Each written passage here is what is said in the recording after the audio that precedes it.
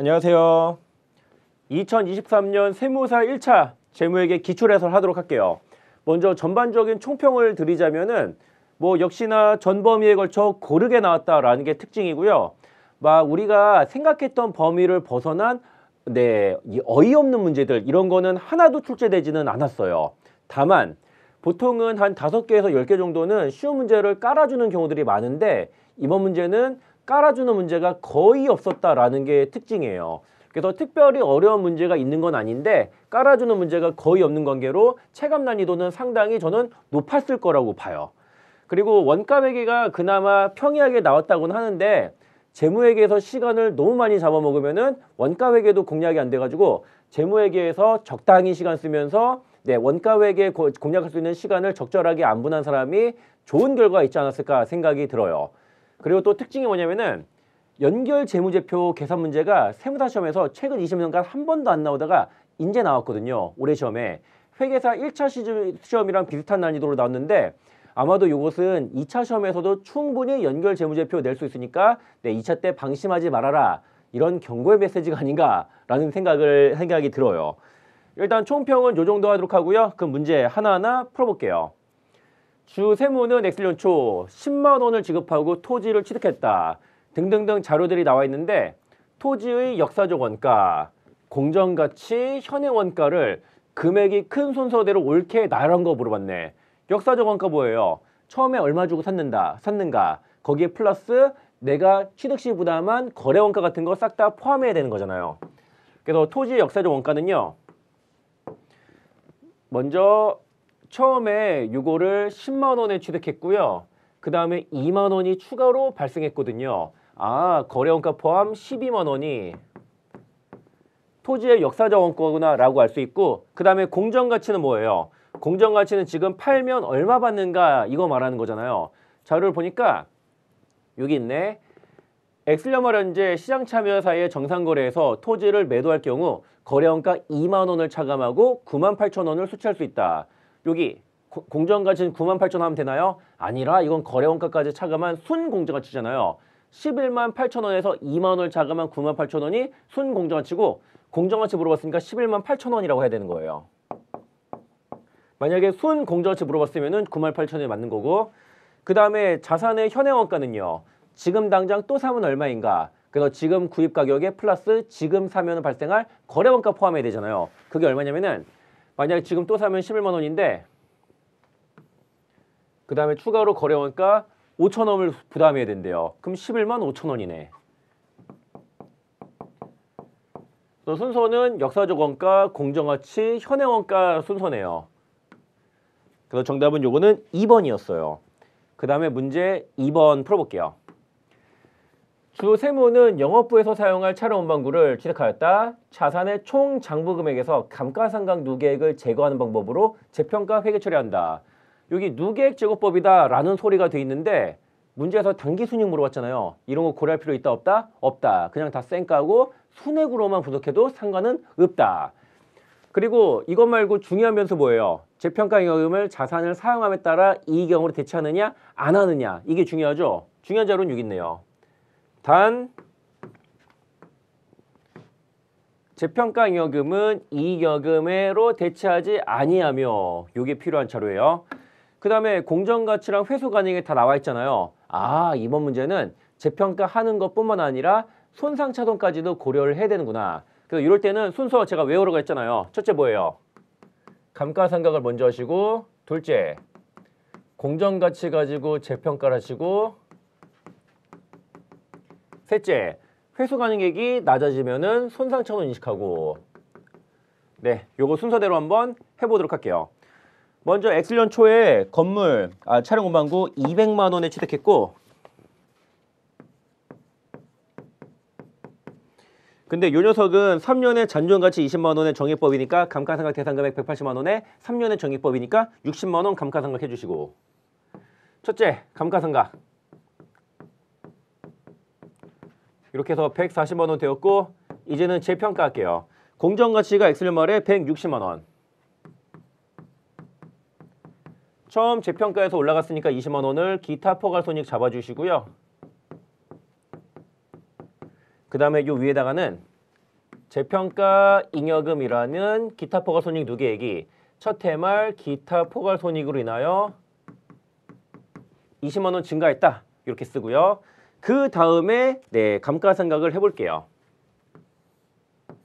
160만 원에서 잔존가치 20만 원 빼니까 감가상각 대상금액 140만 원이고, 자 이제 2년 남았잖아요. 140만 원 나누기 2에서 70만 원 감가상각 해주시고,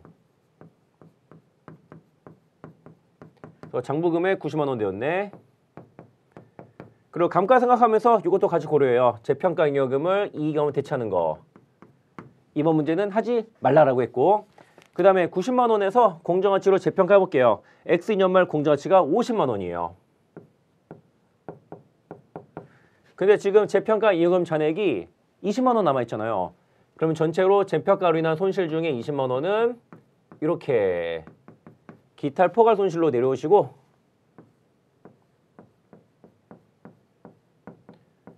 그럼 70만 원 된 거고, 그 다음에 20만 원 더 내려갈 때는 당기손익으로 재평가 손실.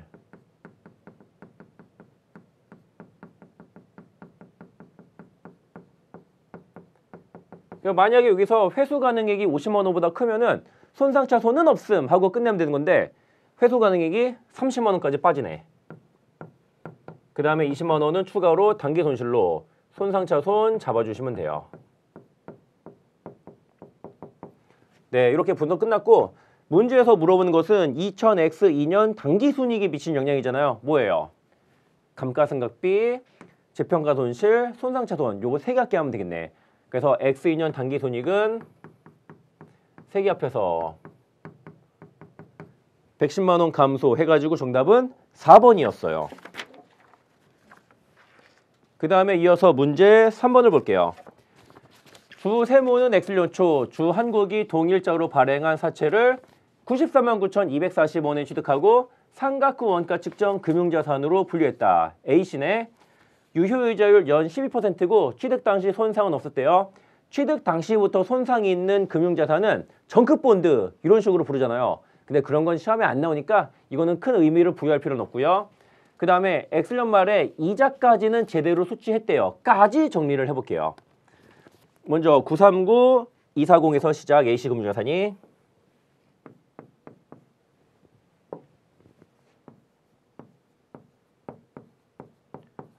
문제에서 요 녀석의 유효이자율은 12%래요.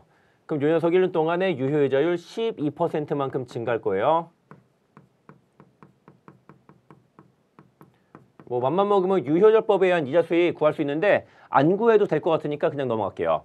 12% 증가했다가 액면 이자 10만 원이 빠질 거예요.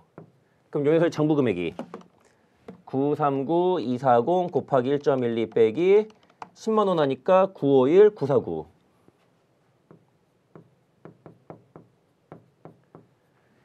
근데 이 상태에서 뭔 일이 벌어졌냐면은 신용 손상이 발생해 버렸어요. 그래서 채무 불이의 확률을 고려해가지고 X년부터 만기까지 이자 7만 원과 원금 7만 원을 70만 원을 수취할 걸로 추정을 한대요. 그러면은 계산 좀 해볼게요. 앞으로 현금 흐름이 이렇게 3년이 남아 있고, 요거 4년 말까지예요. 원금은 원래 100만 원인데 그거 다 못 받고 70만 원만 받을 것 같고, 그 다음에 이자는 원래 10만 원인데 이것도 다 못 받고 7만 원씩만 받을 것 같대요. 요 A씨 금융자산의 회수 가능액 구해야 되는데 여기 시장이자율 자료가 안 나왔네. 혹시 여기 요 시점에 시장이자율이 얼마이다 이런 자료 나오면은 페이크예요. 최초의 할인율 12%로 현재 가치 땡겨주셔야지. 그래서 70만 원 곱하기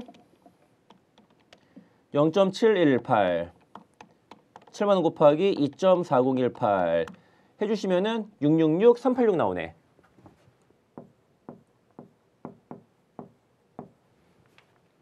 그래서 666, 386 요 둘 차이를 당기손익으로 손상차손 잡아주시면 돼요. 그래서 손상차손으로 인식할 금액이 28만 5,563 28만 5,563 이렇게네. 근데 문제에서 물어보는 게 2000X1년 당기순이익에 미친 영향 물어봤어요. 생각해보니까 이자소익 구해야겠네. 얼마? 939 240의 12% 11만 2,709원. 자, 여기까지만 하면 돼요. 문제에서 X1년 당기순이익 물어봤잖아요. 그래서 X1년 당기순이익은 첫째, 손상차손은 마이너스 28만 5,563. 그 다음에 이자 수익은 플러스 11만 2,709.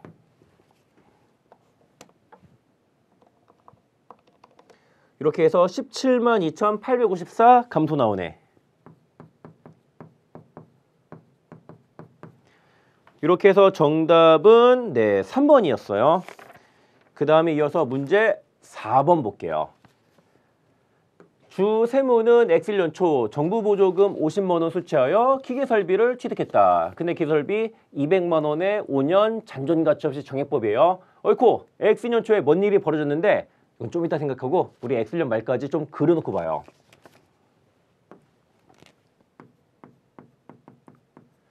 요 기계를 200만 원에 취득했고 요 기계 취득과 관련된 정부 보조금 50만 원 받았네. 아, 여기서 뭐 먼저 확인해야 돼요. 보조금 받았으니까 이거 자산차감법인가 이연수익법인가 확인해 봐야 되잖아요. 보통 이런 정보는 어디 나온다? 문제 가장 마지막에 나올 때가 많다. 역시나 이번에도 그러네.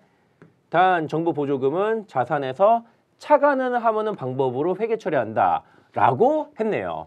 그럼 자산의 차감 계정으로 정부 보조금 50만 원 잡아주시고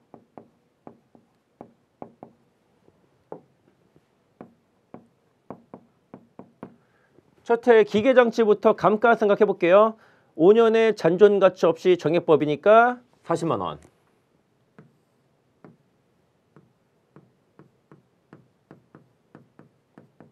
장부가치 160만 원 되었고 그 다음에 보조금도 5년에 걸쳐 정액법으로 생각하면 되겠네. 10만 원이에요. 근데 보조금 생각액은 감가상각비 차감으로.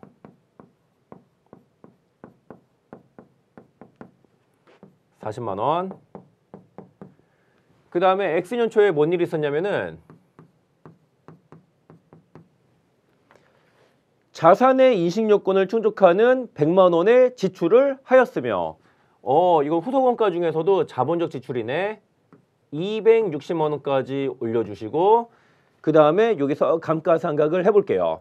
그 다음에 내용연수와 감가상각 방법은 아무 얘기 없는 것으로 보아 변동이 없고요. 내용연수만 1년이 연장되었어요. 자, 5년에서 1년 지나서 4년 되었다가 다시 1년 늘어나서 5년. 그럼 요거 베이스로 감가상각을 하셔야겠네. 아, 잔존가치 얘기 있네. 잔존가치 10만 원 증가했다. 다시 여기서 정리할게요. X년 초 기준으로. 원래는 정액에 4년의 잔존가치 빵인데 감가상각 방법은 아무 얘기 없으니까 그대로 정액. 내용연수 1년 늘어났으니까 5년. 잔존가치 늘어났네. 10만 원으로.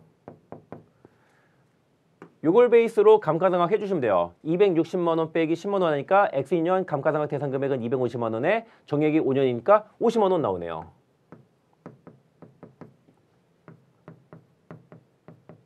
그 다음에 보조금. 보조금은 뭐 연초에 바뀔 거 없고요. 그 다음에 보조금 생각해야겠네. 감가상각비 차감으로. 근데 윗동네 내용연수가 1년 늘어났잖아요. 5년으로. 그럼 얘도 5년에 걸쳐 생각하면 돼요. 40만 나누기 5 해서 8만 원. 이렇게 해서 보조금 잔액은 32만 원 되고 일단은 분석은 이렇게 되는데 물어보는 게 2000X2년 감가상각비예요. 자산차감법이니까 X년 감가상각비는 요 50만 원에서 8만 원 차감한 42만 원이다. 이렇게 구하면 되는 거였어요. 그 다음에 5번. 재고자산 말문제네요. 재고자산 회계 처리에 관한 설명으로 옳지 않은 것은 요번 문제는 3번이 틀렸네. 순실현 가능 가치를 추정할 때 재고자산의 보유 목적은 고려하지 않나요? 아니에요. 고려를 해야죠. 순실현 가치는 똑같은 재고자산이라면 모든 기업이 다 그 값이 똑같나요? 아니에요. 재고자산을 어떻게 팔아먹느냐 다 다르잖아요. 재고자산의 보유 목적 고려해야 되고 순실화 가치는 유식한 말로 기업 투기 가치라고 하는 거예요. 기업마다 고유한 보유 목적 고려해가지고 각각 순실현 가치를 계산해야 되는 것이에요. 그 다음에 문제 6번 볼게요. 투자 부동산 회계 처리에 관한 설명으로 옳지 않은 것은 물어봤네. 자, 1번이 틀렸어요. 지배기업 또는 다른 종속기업에게 부동산을 리스하는 경우 이러한 부동산은 연결 재무제표에 투자 부동산을 분류하나요? 안 하는 거예요. 그래서 별도 재무제표에서는 투자 부동산이 맞는데 연결 실체 입장에서는 이 회사가 쓰던 저 회사가 쓰던 자가 사용 목적인 건 마찬가지잖아요. 연결 실체 입장에서는 이걸 투자 부동산으로 분류하지 아니에요. 그 다음에 7번 볼게요. 주 세무는 2000X년 초 상각 후 원가로 측정하는 금융부채에 해당하는 사채를 190만 504원이 취득했는데 액면금액 200만 원에 표시이자율 8%니까 액면이자 연 16만 원이고 3년에 몇 년만 지급이네. 사채 발행비 92,604를 현금으로 지출했대요. 그럼 여기까지 상황을 그림으로 그려볼게요. 요 사채 현금 흐름은 액면금액 200만 원에 액면 이자율이 8%니까 1년에 16만 원씩이고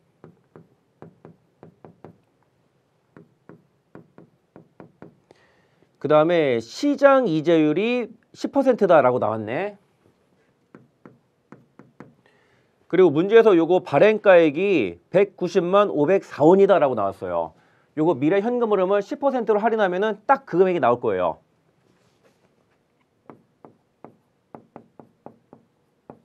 뭐 혹시라도 의심이 되시면은 한번 계산해 보시고. 자, 이렇게 했고요. 그 다음에 거래원가 92,604를 지출했대요. 거래원가 92,604는 어떻게 해야 돼요? 사채의 발행가액에서 차감해 주셔야 돼요.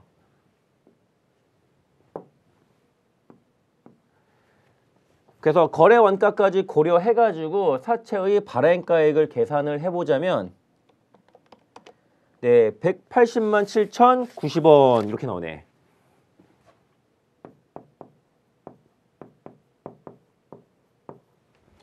그 다음에 시장이자율은 10%고요. 90원이 아니라 900원. 시장이자율은 10%인데 유효이자는 어때요? 요 거래원가가 발생하는 경우 조금 증가하거든요. 근데 대놓고 여기 유효이자율이 몇 %이다 주는 경우도 있지만 이번 문제는 유효이자를 대놓고 주진 않고요. 유효이자를 구할 수 있는 단서 하나 줬네. 그게 뭐냐면은 2000X년도 이자 비용이 21만 6,948이다 이거예요.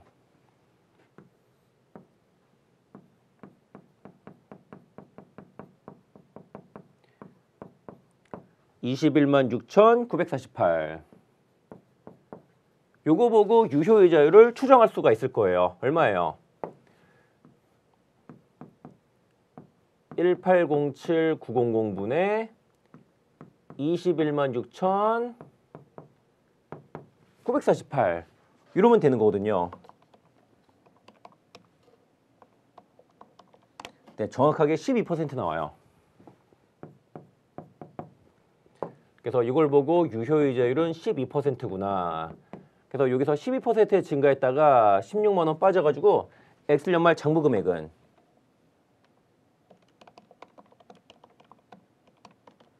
1864848 이렇게 나오네. 1864848.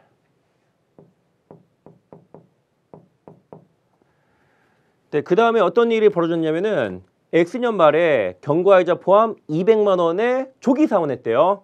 보니까 X년 말인데 경과이자 포함이네요. X년 말까지 미지급이자가 발생했다가 그거 지급하기 직전에 상환을 해버렸다. 이렇게 해석을 하시면 되겠네요. 그럼 일단 이 녀석이 12% 증가할 거예요. 만약에 단기 손익 영량 물어봤으면 이자 비용까지 구해야 되는데 안 물어봤으니까 생략할게요. 곱하기 1.12 하니까 장부 금액이 2088-630 나오네.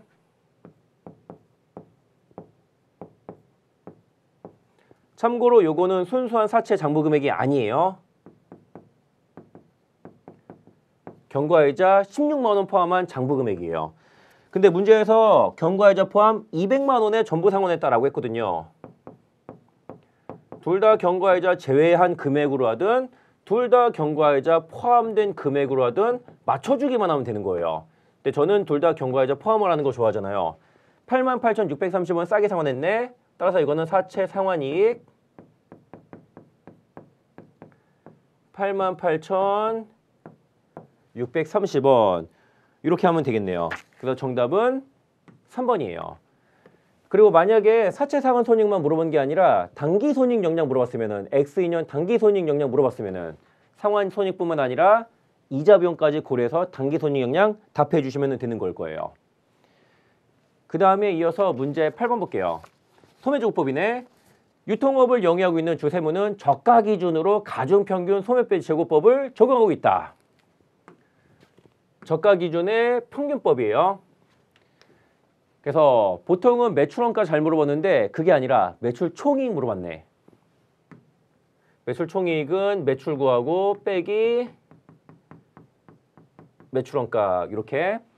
그 다음에 이번 문제는 정상, 비정상 파손이 있거든요. 근데 정상 파손은 매출원가로 처리하고 비정상 파손은 기타 비용을 처리한다. 정상 파손까지만 매출원가에 포함한다 라고 돼 있네요. 그럼 요거 본격적인 분석을 해볼게요. 먼저 기초 재고자산 원가는 8만 원이고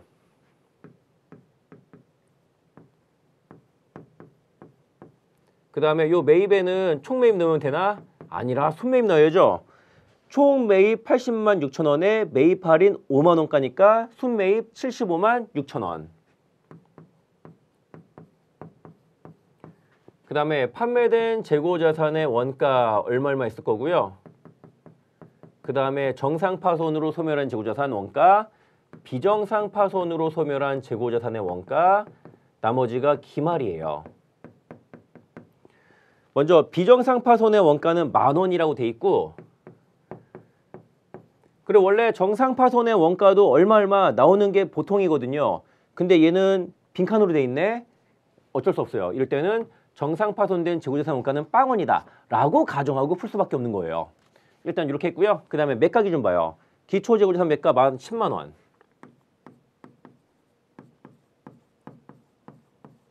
그 다음에 단기 매입 매가.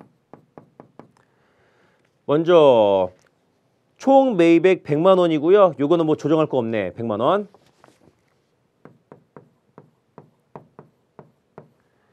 그 다음에 저 밑에 가니까 순 인상 9만 5천 원에 순이나 5만 원 있네.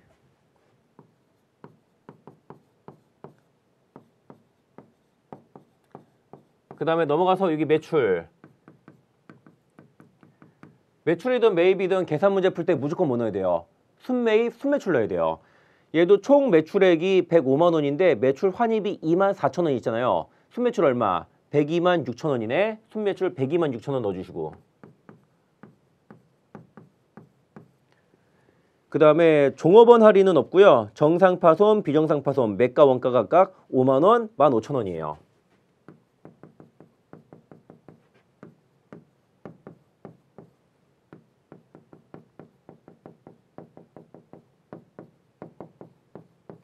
이렇게 하고 나니까 기말 재고자산 원가가 나올 거예요.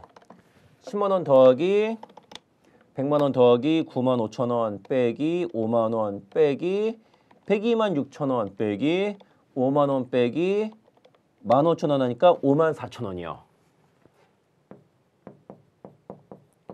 여기까지는 저가 기준 하든 안 하든 원가 흐름의 가정이 뭐든 상관없이 똑같고요. 여기서부터 답이 달라지네. 문제에서는 저가 평균법 쓰라 그랬어요. 평균법이네. 기초 플러스 매입분의 기초 플러스 매입. 근데 그 와중에 저가잖아요. 저가 기준은 뭐 한다? 원가율 계산 시 순인하는 제외한다. 그래서 일단은 분 뭐에 10만 원 더하기 100만 원 더하기 9만 5천 원, 119만 5천 원 들어가면 돼요.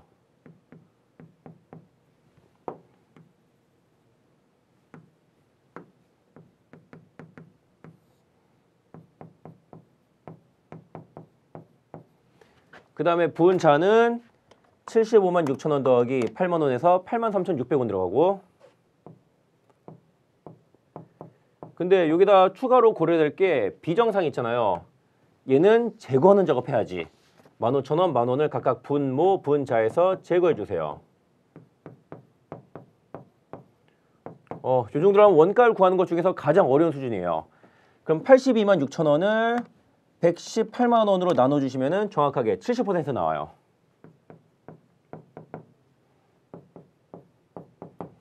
또 기말 재고자산 원가는 5만 4천원 곱하기 70%에서 37,800원 나오고, 그 다음에 판매된 재고자산 원가는 8만원 더하기 75만 6천원 빼기 만원 빼기 37,800원 하니까 788200 이렇게 나오네. 그래서 매출원가 얼마? 판매된 재고자산원가 플러스 정상파손은 매출원가에 포함한다 그랬는데 빵원이라고 치는 거잖아요. 그럼 788200이다 라고 볼 수밖에 없는 거예요. 그 다음에 매출은요. 우리 아까 전에 매출도 순매출 구해놨잖아요. 102만 6천원. 그래서 매출액에서 매출 원가 뺀 게 문제에서 물어보는 매출 총이익이에요. 그래서 23만 7,800원에서 정답은 3번이에요.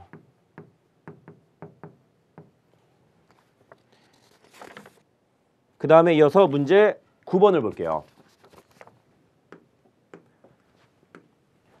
프랜차이즈를 운영하는 주 세무가 2000X년 1월 11월 초 고객과 체결한 계약과 관련된 정보가 다음과 같을 때 주 세무가 X년도 인식할 수익 물어봤네. 보니까 라이선스와 그 다음에 설비 자산을 인도했는데 라이선스를 부여하기로 하는 것과 설비를 이전하기로 하는 것은 구별된대요. 따로따로 각각의 수익 의미니까 따로따로 수익 잡아라 이거예요. 그리고 다 개별 판매 가격을 반영하고 있고요. 볼게요. 주 세무는 계약일로부터 5년 동안 고객이 주 세무의 상호를 사용하고 제품을 판매할 권리를 제공하는 프랜차이즈 라이선스를 부여하기로 약속하였다. 요 프랜차이즈 라이선스는 일반적으로 뭐예요? 사용권이에요? 접근권이에요? 접근권이에요. 사용권이라면은 한 시점에 이행하는 수행 의무겠지만 접근권은 기간에 걸쳐 이행하는 수행 의무고,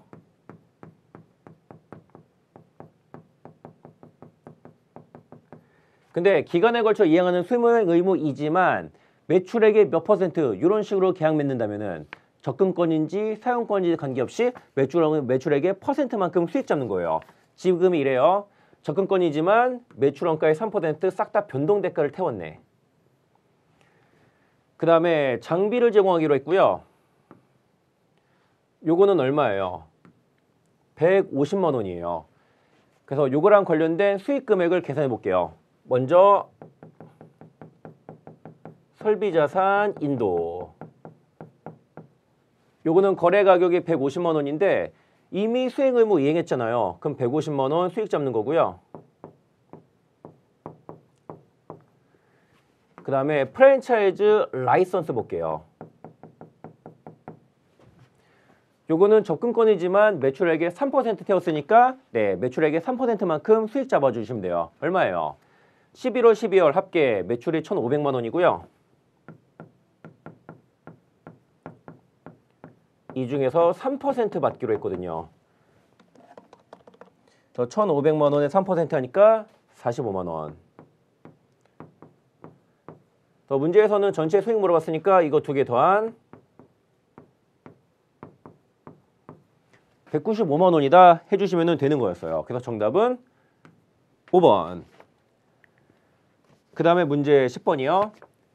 재무제표 표시에 관한 설명으로 옳은 것은, 틀린 것이 아니라 옳은 것은 물어봤네. 자, 확인해 볼게요. 먼저 1번이 맞아요. 포괄손익계산서에 기타 포괄손익 항목은 관련 범위효과를 차감한 손해액으로 만약에 표시한다 라고 하면 틀린 거예요. 손해액으로 표시할 수도 있고 총액으로 표시할 수도 있거든요. 그래서 손해액으로 표시할 수 있다 라고 해서 맞는 거예요. 만약에 손해액으로 표시한다 그러면은 틀리는 거고, 그 다음에 나머지 보기들도 확인해 볼게요. 2번 한국채택 국제회계 기준은 재무제표 이외의 연차 보고서 및 감독기구 제출 서류에 반드시 적용한다? 아니에요. 한국채택 국제회계 기준은 회계 기준이잖아요. 재무제표에만 적용이 되고요. 재무제표 이외에는 적용하면 안 되는 거예요. 따라서 연차 보고서 및 감독기구 제출 서류 이런 거 국제회계 기준 적용 대상이 아닌 거예요. 그 다음에 3번 서술형 정보의 경우 뭐 원가 흐름의 과정 이런 것들 단기 재무제표를 이해하는데 목적 적합하더라도 비정보를 포함하지 않는다? 아니에요. 재무제표를 이해하는데 목적 적합하다면은 포함을 시켜주셔야 돼요. 그 다음에 4번 재무상태표에 자산과 부채는 유동자산과 비유동자산 그리고 유동부채와 비유동부채로 구분하여 표시하며 유동성 순서에 따른 표시 방법은 허용하지 않는다? 아니에요. 요 자산과 부채 표시 방법은 세 가지가 있어요. 첫째, 가장 널리 쓰이는 게 유동, 비유동 구분하는 방법. 일반적인 상기업이나 제조기업이 많이 쓰는 방법이고요. 금융기관 같은 경우는요. 유동성 순서대로 줄 세우는 방법을 흔히 쓰고 있어요. 유동성 순서 배열법. 그리고 경우에 따라서는 일부는 유동, 비유동으로 일부는 유동성 순서대로 하는 혼합 표시 방법도 허용되고요. 그 다음에 5번 한국채택 국제회계 기준 요구에 따라 공시되는 정보가 중요하지 않더라도 그 공시를 제공해야 되나요? 아니에요. 완전성의 원칙이잖아요. 완전성의 원칙이라는 것은 모든 정보를 다 포함해야 된다. 이건 아니에요. 의사결정에 영향을 미칠 만한 정보는 모두 포함해야 된다. 이거잖아요. 다시 말해서 의사결정에 영향이 없을 만한 중요하지 않은 정보는 포함하지 않을 수 있다라는 의미이기도 하고요. 그 다음에 11번 보도록 할게요. 주 세무는 2000X1년 시 7월 1일 오랄 계산 조심해야겠다라는 생각이 들고 본사 사업으로 사용하기 위하여 토지와 건물을 1,400만 원에 일괄 취득하고 공통으로 발생한 취득 관련 시정가 1,500만 원을 지출했다. 만약에 토지와 건물을 둘 다 사용한다면은 공정가치 비율로 취득원가 배분해야 되고요. 만약에 구건물을 철거하고 신축 건물을 넣을 거라면은 싹 다 토지 원가로 처리해 주셔야 돼요. 근데 둘 다 사용할 모양이네. 일단은 토지 취득 원가부터 계산할게요. 그러기 위해서는 공정가치 비율로 배분해야 되는데 이게 필요한 자료네. 취득 당시 토지와 건물의 공정가치는 각각 960만 원과 640만 원이었다. 그럼 건물 취득 원가부터 계산해 볼게요.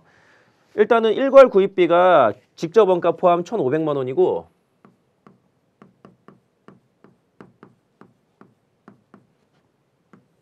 자 곱하기 토지가 960만 원, 건물이 640만 원, 공정가치 합계가 1,600만 원이에요.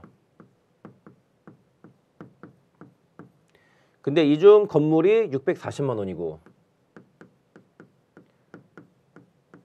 이렇게 공정가치 비율로 안분해서 계산한 건물의 취득원가는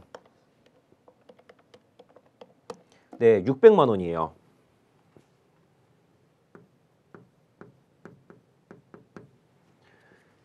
그 다음에 4년에 잔존가치 100만 원, 연수학계법으로 감가상각하고 돼 있어요.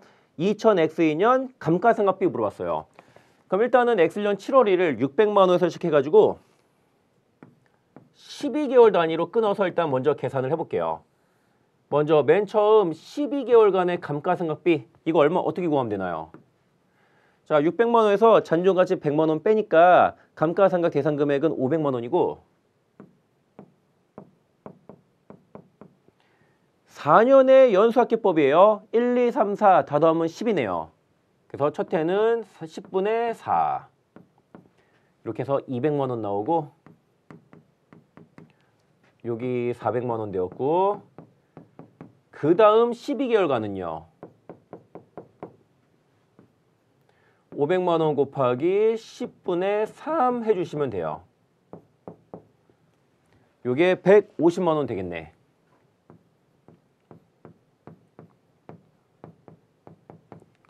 불필요한 건 좀 지우고. 그래서 문제에서 물어보는 것은 2000X2년 감가상각비예요.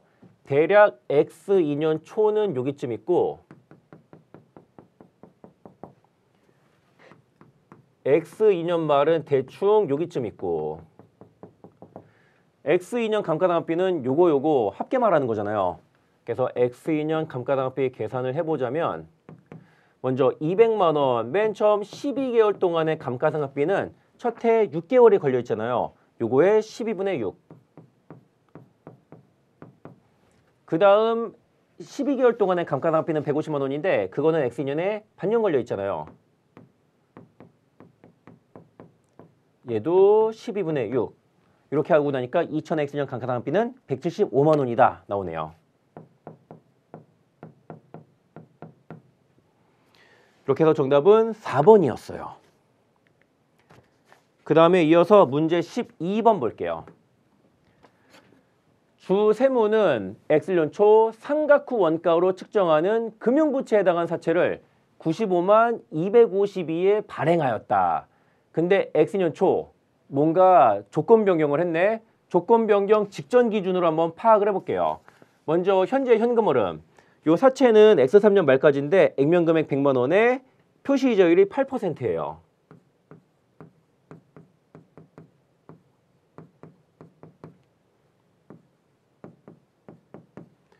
그리고 요 녀석의 유효이자율은 10%고 그럼 미래 남아있는 현금 흐름을 유효이자율로 할인한 현재 가치가 현재의 장부 가치일 거예요.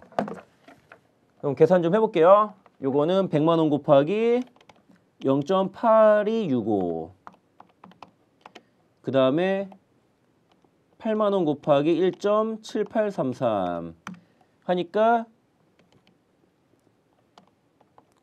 735구나. 다시 8만 원 곱하기 2기간이지? 곱하기 1.735 100만 원 곱하기 0.8265 하니까 965 340 나오네.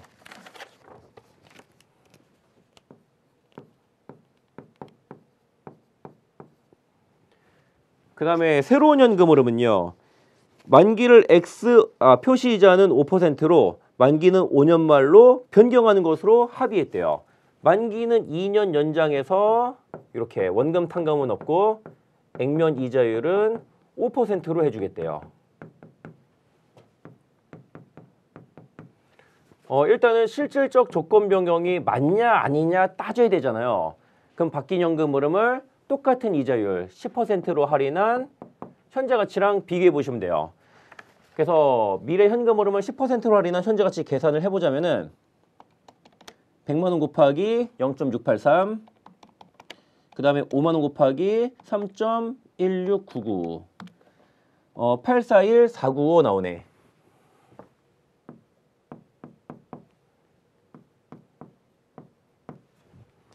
그래서 감소한 사채가 12만 3,845고요.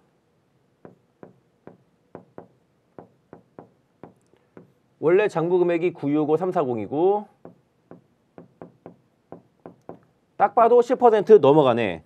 뭐 굳이 정확한 계산을 해보자면은 뭐 안 해도 되긴 하는데 이게 약 12.83% 정도 나오네요. 얘는 실질적 조건 변경에 맞고요. 기존 사채를 제거하고 새로운 사채를 공정가치로 다시 잡아주시면 되겠네요. 그럼 새로운 사채 발행가에 계산해 볼게요. 현금 흐름이 100만 원에 5만 원, 5만 원, 5만 원, 5만 원 이렇게 되고 자 기존 부채를 제거하고 새로운 부채 인식하는 거잖아요. 네, 새로운 유효이자율 12%로 인식해 주시면 되겠네. 미래 현금 흐름을 12%로 할인해서 신사채 발행가에 계산을 해봐요.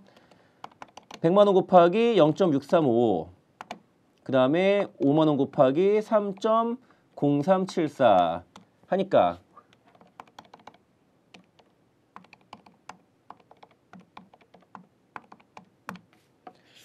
이게 787370 나와요.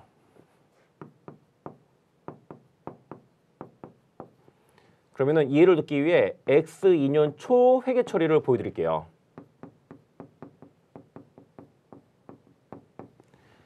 기존 사채 장부 금액이 965 340 있었는데 이거 제거하시고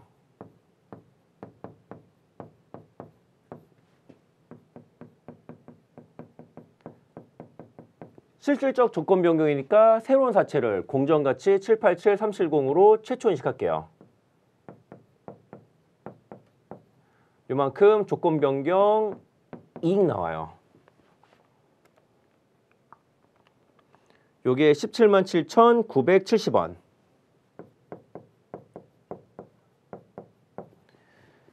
만약에 조건 변경 손익만 물어봤으면 이걸로 끝내면 되는 건데 문제에서 뭘 물어봤나? 2000X이년 당기순이익에 미친 영향 물어봤잖아요. X이년 말까지 뭐 해야 돼요?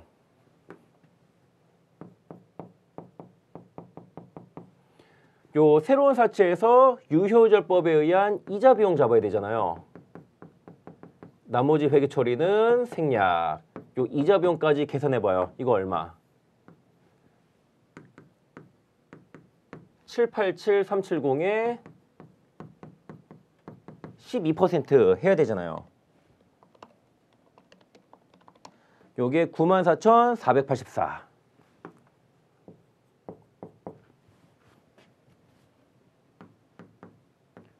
문제에서는 2000X2년 당기손익 영향 물어봤고 요거 합계 답하면 돼요.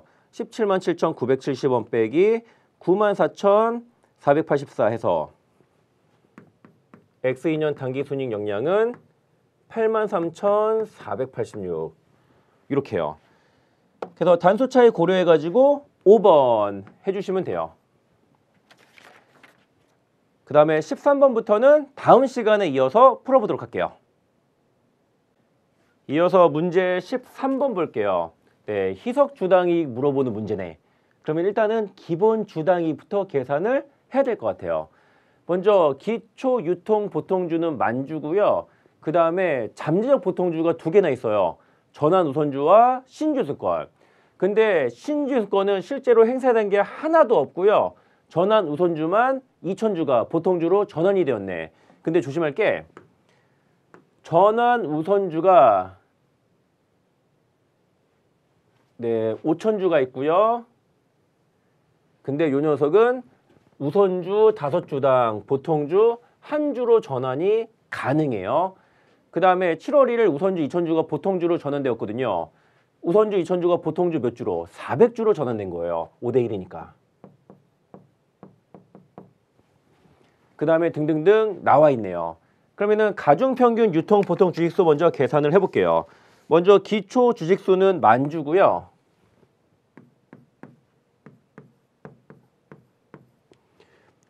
그리고 7월 1일 우선주 2,000주가 보통주로 전환되었어요. 근데 보통주는 우선주 5주 중에 5주당 1주니까 400주예요. 7월 1일 400주. 요거 말고는 변동 내역이 없어요. 그래서 1월 1일은 곱하기 12분의 12에서 만주. 그 다음에 7월 1일은 12분의 6해서 200주. 이렇게 가중평균 유통 보통주수는 1200주예요. 그리고 우선주 배당을 보니까 기중 전환된 전환 우선주 회사에서는 우선주 배당금을 지급하지 않는데요. 만약에 기중 전환된 우선주까지 우선주 배당금 지급하면은 5,000주 곱하기 1,000원에 10%네 100원 하면 되는 건데 기중 전환된 2,000주에 대해서는 우선주 배당금 안 주겠다 이거잖아요. 그러면은 3,000주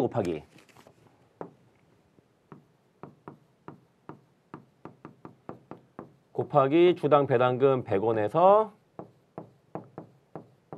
30만 원 해주시면 돼요.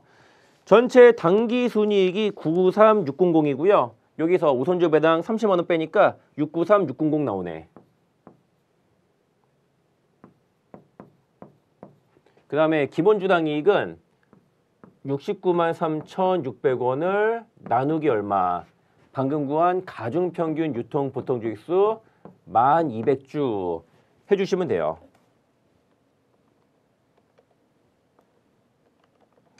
이렇게 해서 딱 68이 나와요. 일단은 기본 이렇게 구해놓고요. 그 다음에 전환우선주랑 신수권 희석효과 분석을 해볼게요.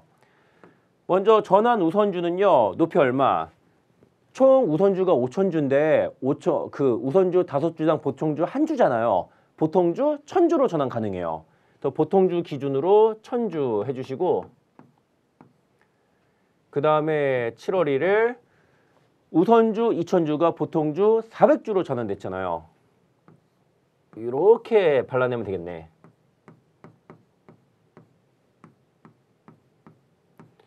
그래서 전환 우선주랑 관련된 잠재적 보통주는 요만큼 해주시면 돼요.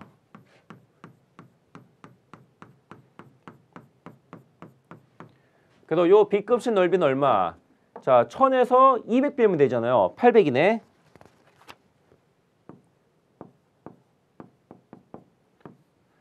그 다음에 희석순이익은 얼마? 우선주 배당이 30만 원이잖아요. 요거 30만 원 하면 되겠네.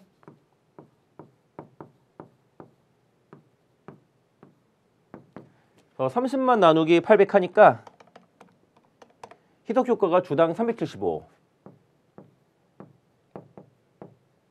근데 이미 기본 주당이익이 68이잖아요. 더 크네. 반희석이에요. 그래서 얘는 반희석이니까 이제 없는 셈 치면 돼요. 그 다음에 신주 이수권 보도록 할게요. 요 신주 이수권은 올해 4월 1일 만개를 발행했대요.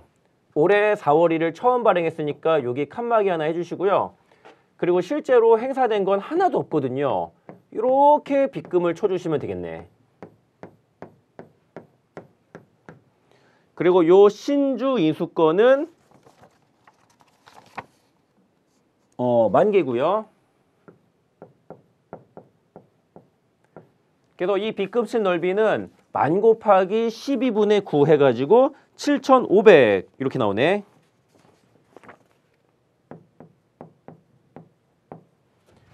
근데 7,500 하고 끝내면 돼야 안 돼요? 안 되죠. 행사가액 가지고 자기 주식을 매입한 효과 고려를 해야 되잖아요. 그래서 시가분의 시가 마이너스 행사가 하면 돼요. 시가는 얼마? 평균 시가잖아요. 다른 정보 다 페이크고요. 단기 평균 주가는 주당 5,000원이다. 이거 넣어야 돼요. 그래서 평균 주가 분의 시가 마이너스 그 다음에 행사가가 문제에서 3,000원이라고 돼 있네. 그래서 잠재적 보통주는 7,500 곱하기 2,000 나누기 5,000 해가지고 3,000주 이렇게 나와요. 희석효과는 당연히 빵이죠. 3,000주에 얘는 회피되는 이자 그딴 거 없잖아요. 그래서 희석효과 빵이라서 무조건 희석이에요. 그럼 희석주당이익 계산해 볼게요. 우리 방금 전에 기본 주당 이익을 693, 600 나누기 1200 이렇게 구했고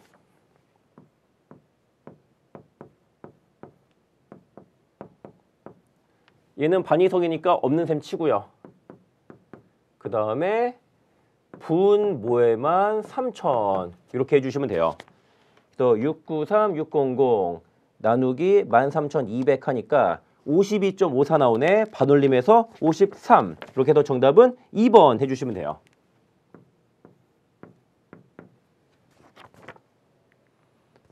그 다음에 14번 볼게요. 이게 바로 그 연결 문제예요. 그래서 이걸 보아 여러분들 2차 시험 준비할 때 연결 기본적인 거는 진짜 가져가야겠다라는 생각이 강력하게 들어요. 풀어볼게요. 주 세무는 엑셀연초 순자산 장부 금액이 100만 원인 주 한국의 의결권이 있는 보통주 80%를 90만 원에 취득하여 지배력을 획득하였다. 취득을 현재 주 한국의 자산과 부채 장부 금액과 공정가치는 건물을 제외하고 모두 일치했고 건물 장부액과 공정가치 차이는 각각 50만 원과 60만 원이고 정액법으로 생각한다. 혹시 연가매수 차익 나올지 모르잖아요. 혹시라도 연가매수 차익이 나오지 않나 잽싸게 한번 확인을 해봐요. 요 종속기업 주식을 얼마? 90만 원에 취득했고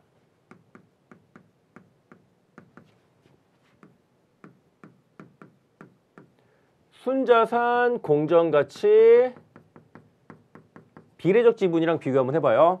순자산 장부가치가 100만 원이고 건물에서 공정가치 차이 10만 원 나오잖아요. 순자산 공정가치는 110만 원이에요. 나는 이 중에 80% 샀네.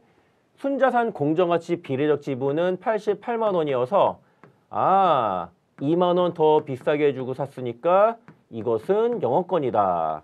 뭐 2만 원 영업권이다 이건 중요하지 않고요. 연가매수 차익은 어쨌든 아니다. 이게 중요한 거였어요. 자, 확인했고요. 그 다음에 내부 거래도 있네. 주 한국은 원가 25% 이익을 가산하여 주 세무에 상품을 판매하고 있으며 2000X년 주 세무가 주 한국으로부터 매입한 상품 중 5만 원이 기말 상품 재고액으로 계상되어 있다. 그 다음에 양사의 당기순이익도 나와 있네. 그 다음에 주 세무 별도 재무제표에 보고된 당기순이익이 25만 원, 주 한국의 당기순이익이 12만 원일 때 지배기속 당기순이익이 얼마인가 물어봤네요. 자, 한번 분석을 해볼게요. 각각의 당기순이익이 25만 원에 12만 원이고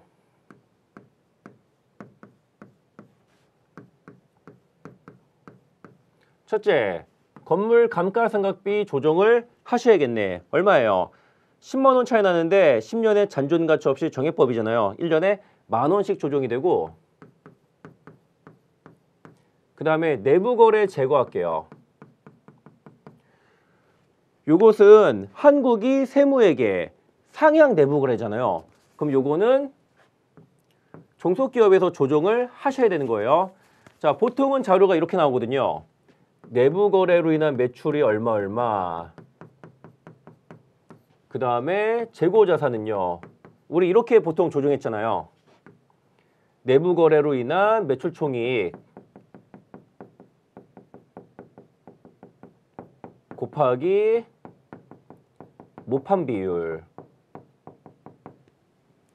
그 다음에 나머지가 매출원가. 요게 내부거래 미실현이익이잖아요.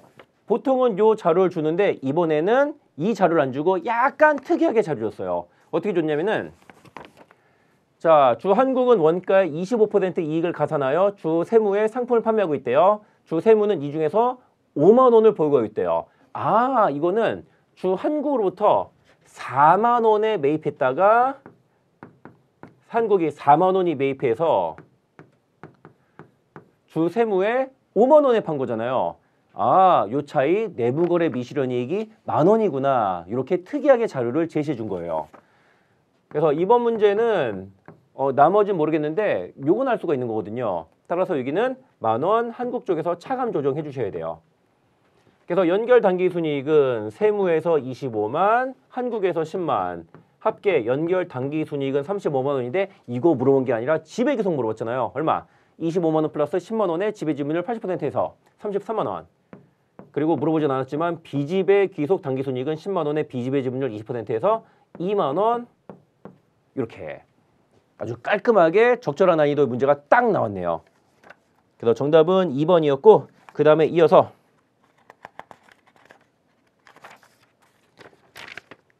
문제 15번 볼게요. 주식기준 보상에 관한 설명으로 옳은 것은 이번 문제 조금 어렵게 나왔어요. 주식기준 보상 어려운데 이 중에서 옳은 거 찾아보래요. 그러면은 하나하나 살펴볼게요. 먼저 1번.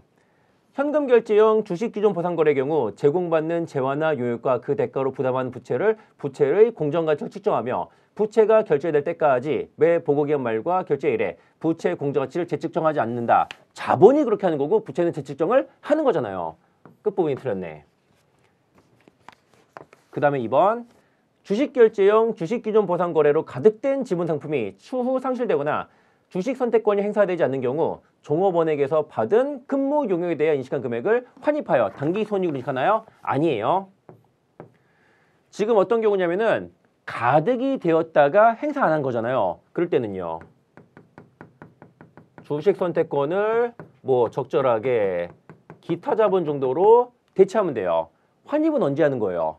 환입은 가득되지 않은 경우에 환입하는 거거든요. 그래서 가득된 다음에 상실되거나 행사하지 않았으니까 환입하는 것이 아니라 직접 기타 자본 등으로 대체하면 되는 거예요. 그 다음에 3번. 부여한 지분 상품의 공정가치를 신뢰성 있게 추정할 수 없어 내재가치로 측정한 경우에는 부여일부터 가득일까지 내재가치 변동을 재측정하여 당기손익하고 까지는 맞네. 그냥 공정가치 쓸 때는 재측정 안 하는 거잖아요. 근데 내재가치는 꼭 재측정해야 돼요. 그리고 또 가득일 이후 수정 안 하나요? 아니에요. 가득일 이후에도 계속 내재가치 재측정해서 손익 잡아주셔야 돼요. 4번. 시장 조건이 있는 지분 상품을 부여한 때에는 그 시장 조건이 충족되는 시점에 거래 상대방에게서 받은 재화나 용역을 인식한다. 보니까 시장 성과 조건인데 시장 조건이 충족할 때 인식한대요. 그래요? 아니에요. 시장적으로 성과 조건은 충족되는지 여부에 관계없이 최초 추가한 거 계속 쓰는 거잖아요. 되게 어려운 거 나왔네. 그 다음에 5번이 맞네. 거래 상대방에게 결제 방식을 선택할 수 있는 주식 기준 보상 거래의 경우 기업이 결제일에 현금을 지급하는 대신 지분 상품을 발행하면 부채를 발행되는 지분 상품의 대가로 보아 자본으로 직접 대체한다. 네, 거래 상대방이 결제 방식이 선택할 수 있잖아요. 그럼 뭐로 보는 거예요? 선택형이에요. 기본적으로 현금 결정인데 주식 결정으로 전환할 수 있는 거. 그래서 만약에 지분 상품 발행했으면요. 이렇게 회계 처리해야지. 먼저 부채 없어지고요. 그동안 인식했던 미가득 자본 제거하고요. 미가득 주식. 그 다음에 발행한 주식의 액면가치만큼 자본금. 그 다음에 주발초. 그래서 어쨌든 이 부채는요. 지분 상품의 대가의 일부로 네, 주식의 발행 금액에 포함이 되겠네요. 그 다음에 문제 16번 볼게요. 주 세무는 2000X년 1월 1일 액면금액 100만 원의 전환사채를 액면 발행했다. 다음 자료를 이용할 경우 전환사채 상환 회계 처리가 2000X년 당기순이익에 미친 영향이 얼마인가 물어봤네. 아, 전환사채를 조금 어려워요. 다 상환하는 게 아니라 반만 상환했거든요. 요거 일단 분석을 해볼게요. 요 전환사채 현금 흐름을 보니까 액면금액 100만 원에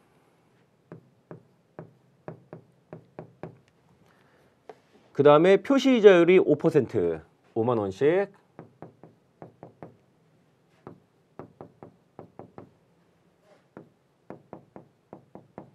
그 다음에 여기 할증금 들어갈 수도 있죠. 상환 조건 보니까 상환기일에 액면금액의 115%를 일시 상환한다라고 돼 있어요. 할증금 15만 원이 붙는다. 요거네. 그 다음에 일반 사채 시장 이자율은 네, X년초 기준 10%다라고 돼 있고요. 그래서 액면 발행이니까 현금 받은 거 100만 원이에요. 그래서 사채에 대한 대가 계산을 해볼게요. 먼저 115만 원 곱하기 0.7513. 그 다음에 5만 원 곱하기 2.4869 해서 988340.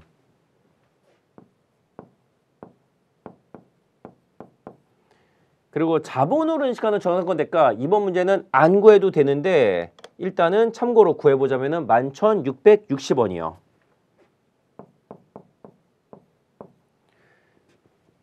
그 다음에 요 사채는 처음에 988340이고요. 요게 1년 동안 어떻게 변해요? 유효절법 하잖아요. 1년 동안 10% 증가했다가 5만 원 빠질 거예요. 장부액이 1037174.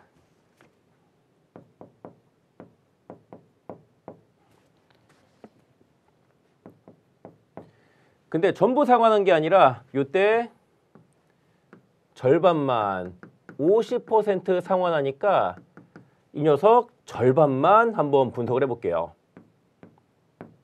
그래서 상환된 사채 장부 금액인 요거의 반 518, 587 이렇게 나오네.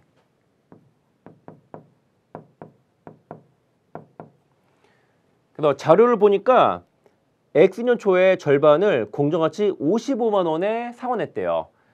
그러면 우리 이거 전부 다 하지 말고 우리 반만 해봐요. 반만. 상환된 사채의 미래 현금 흐름은 이렇게 구성이 돼 있을 거예요.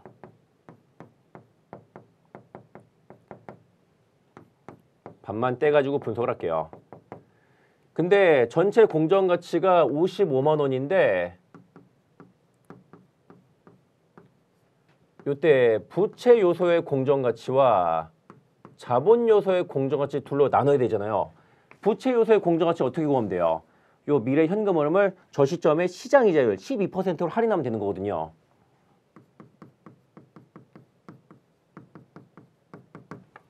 그러면 부채 요소 공정가치 계산해 볼게요. 57만 5천 원 곱하기 0.7972 그 다음에 2만 5천 원 곱하기 1.6901 계산해 보니까 50만 643원 나와요.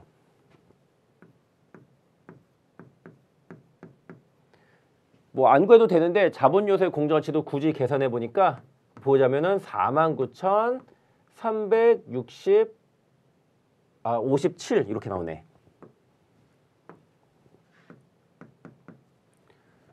그럼 요거 X년 초에 절반 상환하는 회계 처리를 보여드릴게요. 먼저 현금을 55만 원 냈는데 둘로 나눠요.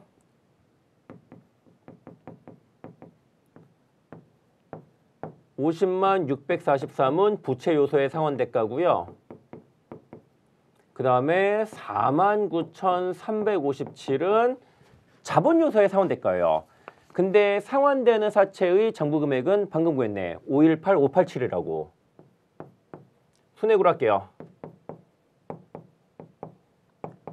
요거 대차하는 거 어떻게 하면 돼요? 상환 이익 잡아주시면 되잖아요.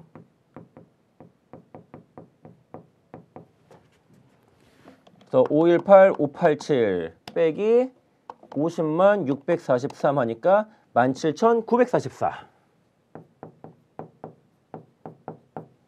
이번 문제는 요거만 물어봤거든요. 상환이익 17,944니까 당기손익 17,444 증가. 이렇게 마무리하면 돼요. 그리고 물어보진 않았지만 나머지 회계 처리도 참고로만 보여드릴게요. 자, 전환권 대가도 상환하네. 11,660원인데 이 중 절반을 상환하는 거잖아요. 5,830원이요.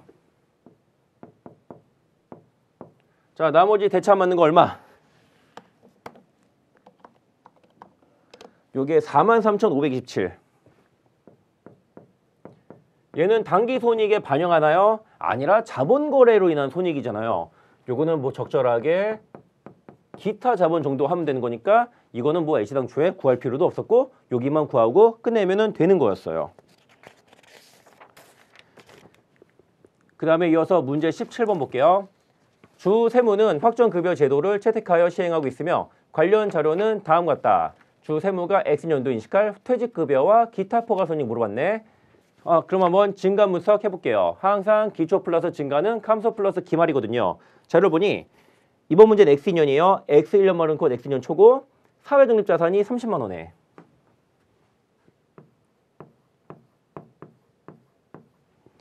그 다음에 확정급여 채무가 30만 5천 원. 더 기초에는 확정급여 채무가 더 크니까 자산인식의 상한 같은 거는 고려할 거 없고요.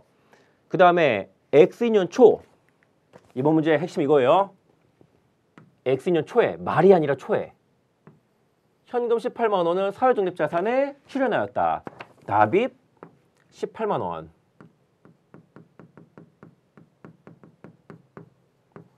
쉽게 나오면 요거 기말에 납입했다 이러는데 이번에는 1월 1일이에요.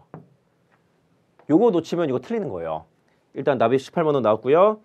그 다음에 단기 근무원가 19만 원에.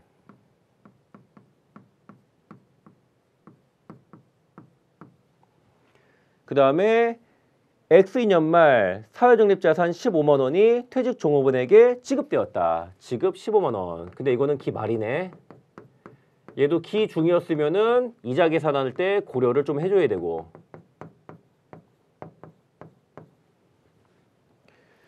그 다음에 X년 말 확정급여 채무 현재 가치와 사회적립자산 공제 가치는 각각 373000, 375000이다.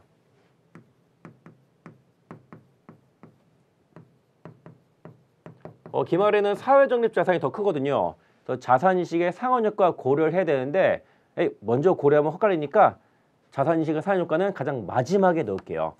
자, 그 다음에 이어서 이자 계산해봐요. 과거 근무원가 있을 수도 있는데 아무 얘기 없으면은 과거 근무원가 그런 거는 발생하지 않았다라고 치면 되는 거예요. 자, 확정급여 채무는요. 기초에 30만 5천 원이고 단기 근무원가는 원래 기말 발생이라고 치는 거고 지급도 기말이니까 연평균 잔액의 변동이 아무것도 없거든요. 얘는 사실 이런 거 안 해도 되는 거예요. 또 기초 잔액 30만 5천 원이 평균 잔액이기도 하고 여기다가 곱하기 할인율은 10%래요. 10%에서 이자 원가 3만 500원 잡아주시면 돼요. 그 다음에 사회적립자산은요. 1월 1일 30만 원인데 요거 1월 1일 날 18만 원 추가로 납입했어요. 얘 때문에 연평균 잔액의 변동이 있었던 거예요. 그래서 1월 1일은 12분의 12에서 30만 원. 그 다음에 얘도 12분의 12에서 18만 원. 평균 잔액 48만 원에 곱하기 10%에서 48,000원 나와요.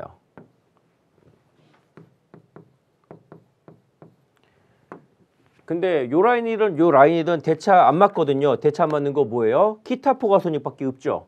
확정급여 채무부터 30만 5천 원 더하기 19만 원 더하기 3만 500원 빼기 15만 원 빼기 373000 하니까 2,500원 남네. 그럼 여기다가 기타 포괄손익 2,500원.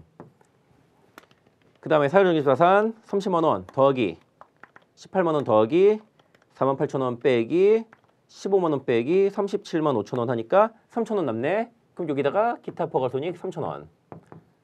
자, 마지막으로 자산이식 상환효과. 만약에 자산이식 상환효과 고려하지 않는다면 손자산이 2천 원이잖아요. 근데 문제에서 자산이식의 상한은 1,000원이다라고 했네. 그럼 자산의 차감 계정으로 자산이식의 상환효과라고 자산의 차감 계정 1,000원 잡아주시면 돼요. 이 녀석은 기초의 10%만큼 이자 원가 발생하는데 기초가 빵이잖아요. 그럼 자산이식 상환효과, 이자 효과는 없는 거고요. 나머지는 싹 다 기타 포괄손익에 이렇게 밀어 넣어주시면 돼요. 그러면은 분석 다 했으니까 문제에서 물어보는 거 답을 해볼게요. 첫 번째로 퇴직급여 물어봤어요. 퇴직급여는 단기근무원가 19만 원에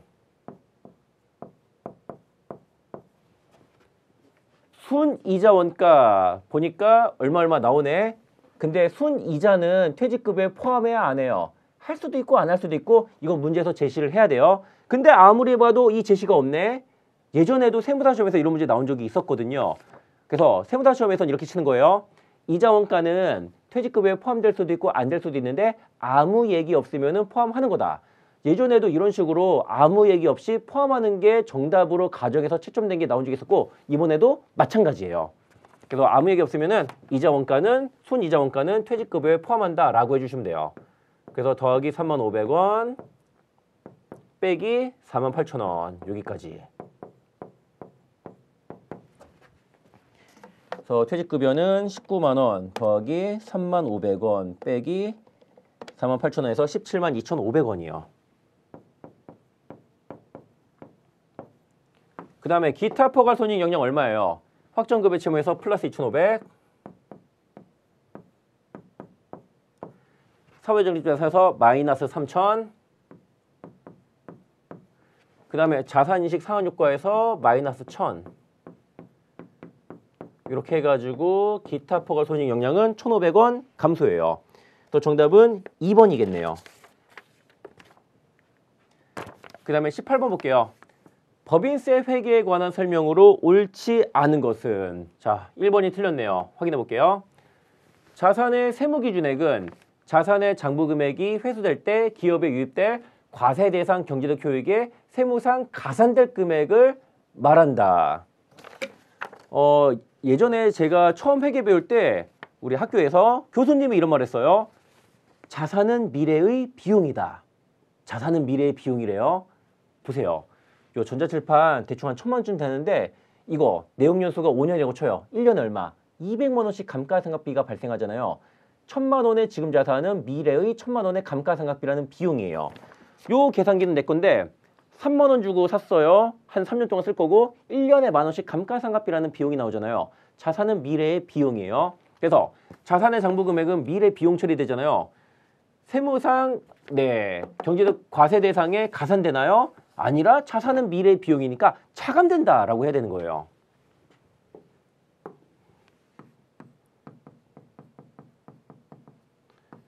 그래서 1번이 틀렸어요.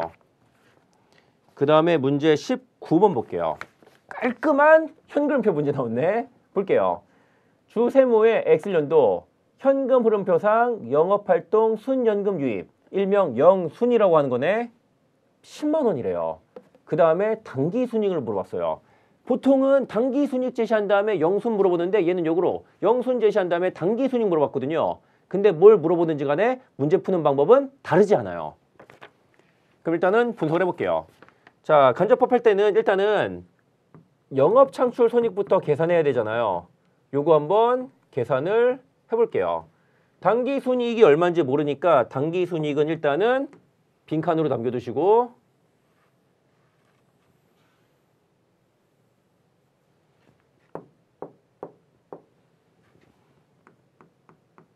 빈칸을 남겨두시고 여기에서 제거할 거 뭐 있나요? 법인세 비용 5만 원 제거하시고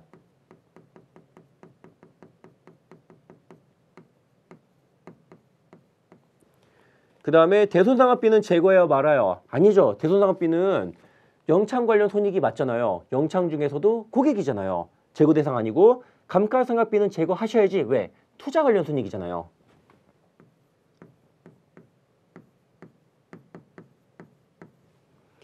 그 다음에 사채이자 비용 제거해야 말아요. 제거하는 거 맞죠? 영업이익인 영업인데 영업 창출은 아니라 기타 영업이잖아요. 이자 비용 4만 원 제거하시고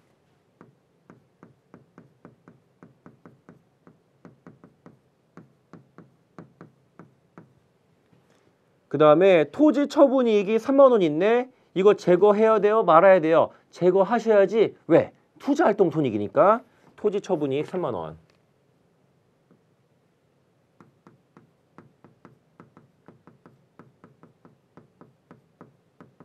이익을 제거하니까 마이너스로. 근데 당기손익이 얼마인지 모르는 관계로 영창 관련 당기손익은 못 구하겠네. 자, 그 다음에 계속 이어서 할게요. 자료 보니까 영업 창출과 관련된 자사부채, 뭐 매출채권, 재고자산, 매입채무, 기타 등등등 있는데 꼴랑 매출채권 하나 있네. 매출채권의 증가 15,000원.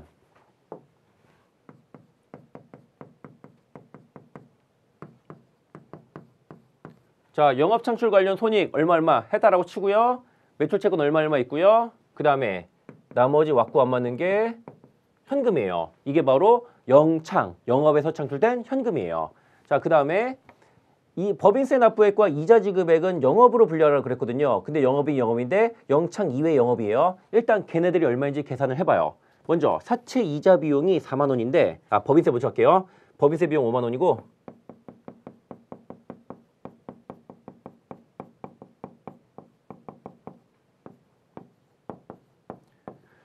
관련된 자산부채가 단기 법인세 부채인지 이연 법인세 부채인지 모르겠는데 아무튼 법인세 부채래요. 아무튼 부채 증가 5,000원.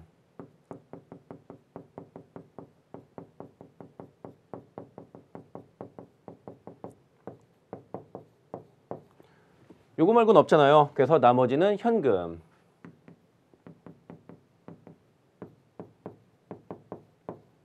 (45,000원) 그래서 현금표 하단에 법인세 납부액 45,000원 이렇게 해주시면 되는 거예요. 그 다음에 이자 볼게요. 손익계산상 이자 비용이 4만 원이고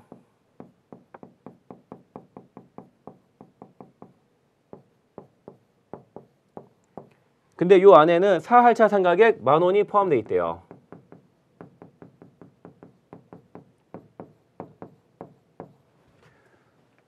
그리고 미지급 이자 같은 거 있을 수도 있죠. 있네. 미지급 이자가 10,000원 감소했대요.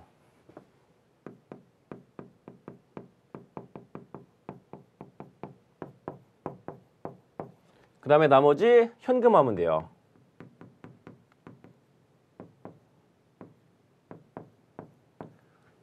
이렇게 분석 끝났네. 그래서 손익계산서 하단에 이자 지급액으로 들어갈 금액이 4만 원이에요. 일단 주어진 자료 이렇게 분석했고요.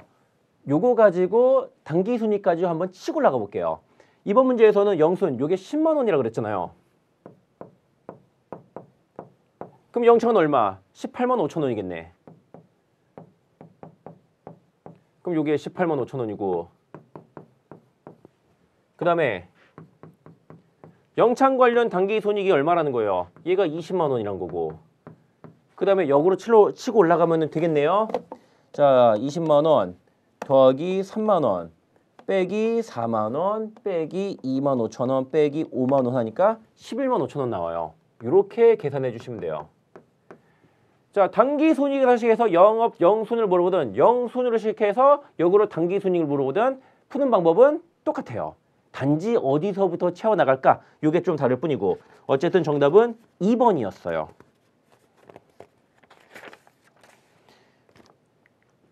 그 다음에 문제 20번. 요거는 충당부채 말문제인데 그나마 좀 말문제가 쉬운 거에서 하나 나왔네.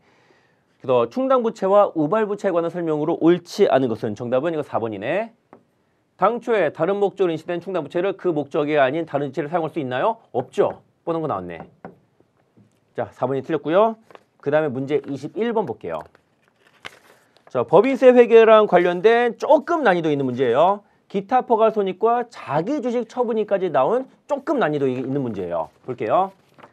주 세무의 2000X년도 법인세 관련 자료가 다음 같을 때 2000X년도 법인세 비용 물어봤네. 그럼 세무조정 시작해 볼게요. 먼저 법인세 비용 차감적 순이익 100만 원에서 시작하시고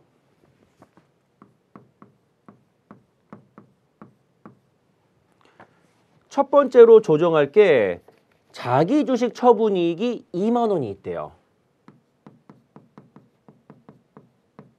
얘는 입금산입 기타. 그 다음에 재고자산 평가손실 부인액이 3만 원이래요.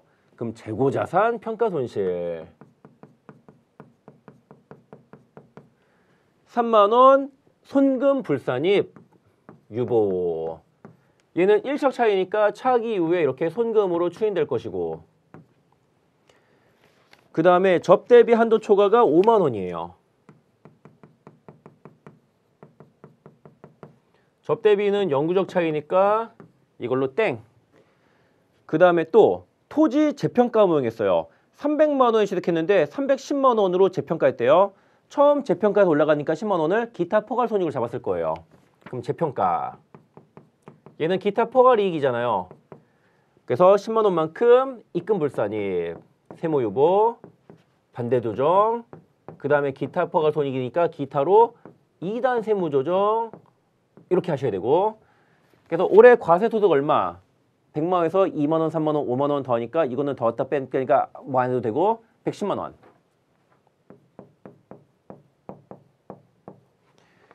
그 다음에 법인세율은 20%로 일정하대요. 그래서 22만 원이 법인세 부담액. 그래서 요 22만 원을 미지급 법인세든 당기 법인세 부채든 아무튼 부채 잡아주시면 돼요. 저는 미지급 법인세라고 할게요. 당기 법인세 부채 하셔도 되고 그 다음에 이연 법인세 계산해 볼게요. 세율 차기 이유도 똑같이 20%예요. 그래서 요거 이연 법인세 자산이네. 3만 원에 20% 6천 원. 얘는 이연 법인세 부채네. 10만 원 20% 2만 원. 그리고 전기 2월 일적 차이는 없다라고 치재요. 그러면은 기초 이연 법인세 자산 부채 없으니까 이거 그대로 인식하면 되겠네요. 그리고 이번 문제에서는 이연 법인세 자산과 부채를 상계치나 안 치나 제시가 안 돼 있네. 근데 문제에서는 법인세 비용 물어봤고 이연 법인세 자산과 부채를 상계치든 안 치든 법인세 비용에 미친 영향은 아무것도 없는 거잖아요. 그래서 상계를 치든 말든 이건 마음대로 해도 결과는 똑같아요. 근데 저는 상계 안 친다고 칠게요. 이연 법인세 자산 6천 원. 이연 법인세 부채 2만 원. 그 다음에 대체 안 맞는 거 24만 원 빼기 6천 원 하니까 23만 4천 원. 법인세 비용.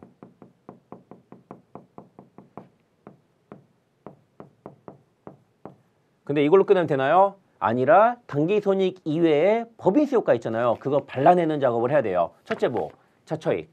자처익은 2만 원에 20% 4천 원 발라내면 되겠네.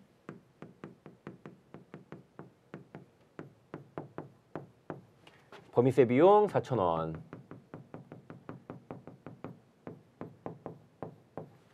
참고로 요 20%는 차기 이후 세율이 아니라 당기 세율이에요. 왜냐하면 자기 주차 분이익은 차기 이후에 이연 법인세로 영향 안 미치고 당기 법인세로 20% 영향 미치니까 그 다음에 기타 포괄 손익도 발라내야겠네. 자, 요 OCI는 재평가잉여금 OCI 말하는 거예요. 얘는 얼마? 10만 원에 20% 2만 원이요. 근데 요 2만 원은 단기 세율 20%가 아니라 차기 세율 20% 말하는 거예요. 근데 이번 문제 올해 세율과 차기 세율을 좀 달리했으면 더 재미있었을지 않았을까 하는데 조금 아쉽네요. 자, 아무튼 이렇게 마무리. 그래서 법인세 비용은 23만 4천 원에서 4천 원과 2만 원을 까주시면 되겠네. 그래서 법인세 비용은 이렇게 해서 21만 원이에요. 정답은 3번이겠네요. 그 다음에 이어서 문제 22번 볼게요. 자본이랑 관련된 설명으로 옳지 않은 거 물어봤네요. 자, 이거는 5번이 틀렸어요. 확인해 볼게요. 보유자가 발행자에게 특정일이나 그 후에 확정되었거나 결정 가능한 금액으로 상환해 줄 것을 청구할 할 권리가 있는 우선주는 지분 상품으로 분류하나요? 아니라 이거는 채무 상품으로 분류하잖아요. 자, 어떤 경우에 상환 우선주를 부채로 분류하나요? 상환 약정이 있는 경우 혹은 투자자가 상환 청구권을 갖는 경우. 이거는 투자자가 상환 청구권을 갖는 상환 우선주잖아요. 그래서 이거는 채무 상품, 즉 부채로 분류를 해야 되는 것이에요. 그 다음에 23번. 와, 이거 리스 문제인데 이거는 2차 시험에 한 20점짜리로 나와도 괜찮을 정도로 사이즈가 큰 문제예요. 요거 미친 듯이 어렵고 이런 건 아닌데 시간 진짜 많이 걸리거든요. 이건 딱 보자마자 1차 시험에서 이거 풀면은 원가 외계 3개를 날려먹겠구나 라는 생각이 들었어야 돼요. 이거는 안 풀고 빠르게 찍고 넘어간 사람이 위너인 그런 문제가 아니었나 싶네. 근데 한번 풀어볼게요. 주 세무의 리스 거래 관련 자료는 다음과 같다. 주 세무의 리스 회계 처리가 2000X년 단기 순이익에 미친 영향 물어봤네. 여기 4년짜리 리스인데 리스 기간 매년 말 10만 원씩 지급하고요. 내지 이자율 8%에 추정 잔존가치 5천 원인데 보증 잔존가치는 없으니까 당연히 잔존가치 보증으로 인하여 지급이 예상되는 금액이 없겠네. 그 다음에 5년의 잔존가치 없이 정액법으로 상각을 해요. 그리고 또 X년 말 현재 사용권 자산과 리스 부채는 각각 248, 408과 257, 707이다. 다행히 요거는 제시를 해줘가지고 조금 빨리 풀 수 있겠네. 그러면 여기까지 한번 정리해 볼게요. 처음에 사용권 리스 부채 먼저.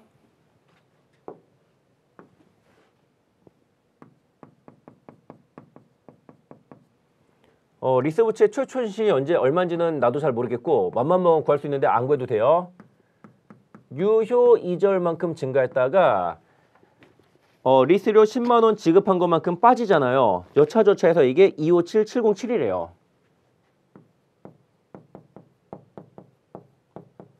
그 X2년 초 현재 257, 707 이렇게. 그 다음에 사용권 자산 최초 인식 얼마 했을 거고요. 뭐 이건 안 구해도 되고. 그 다음에 1년 동안 감가상각을 했을 거예요.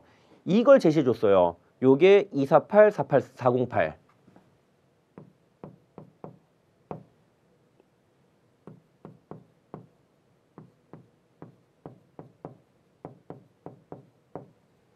자, 일단은 여기까지. 그 다음에 어떤 일이 있었냐면은 일단은 리스 기간을 3년에서 2년으로 단축하는 조건 변경에 합의했대요. 그리고 리스 기간을 변경하면서 리스료 조정을 할 수도 있는데 리스료 조정까지는 안 했네요. 자, 일단은 리스 기간 단축하는 거 요거에 대한 조정을 먼저 해주셔야 돼요. 해볼게요. 원래 100만 원, 10만 원씩이고요. 이렇게 2번 남았네. 원래는 X4년 말까지인데 1년 단축해서 X4년 거 마지막 1년이 날아가 버렸어요. 그 다음에 요 리스 기한 단축은요. 할인율 일단은 똑같이 몇 퍼센트? 8% 맞춰주셔야 돼요. 결국에는 수정 할인율 10%로 가는데 그거는 리스료에 대한 조정할 때 하면 되는 거고 리스 기간 단축은요. 순수하게 맨 마지막 1년이 없어진 효과만 발라내는 거니까 할인율은 8%를 똑같이 맞춰놔야 되는 거예요. 일단은 리스 부채 제출 한번 해볼게요. 저거는 10만 원에 곱하기 8% 2기간이니까 1.7833. 네, 17만 8,330원.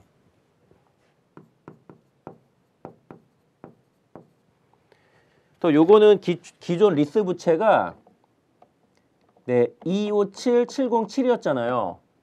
178330이 되었네. 79,377이 감소해요.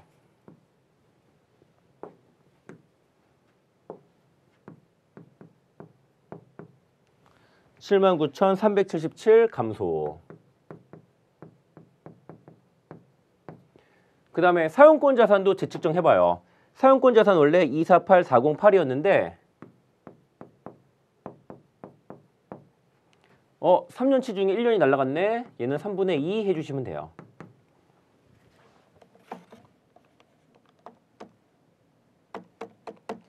요게 165,605.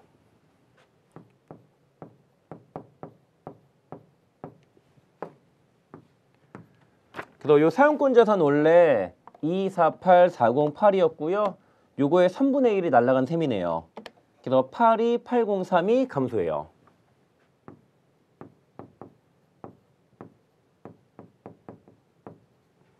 그럼 요거 먼저 한번 그림으로 표현을 해볼게요. 먼저 리스 부채는 재측정 통해서 79377 감소해서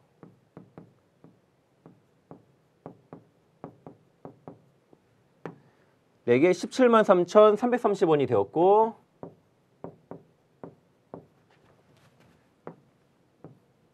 그 다음에 사용권 자산은 82803 감소했어요. 자, 이렇게 해가지고 165,605가 되었고 일단은 여기 X년초 기준으로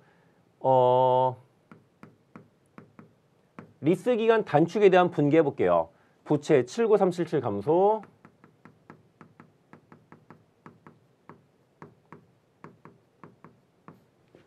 그 다음에 사용권 자산 82803 감소. 이거 대차 안 맞잖아요. 대차 안 맞는 거는 당기손익으로 잡아주시면 돼요. 네, 3,426. 당기손익에 마이너스로 영향 미치는 거고요.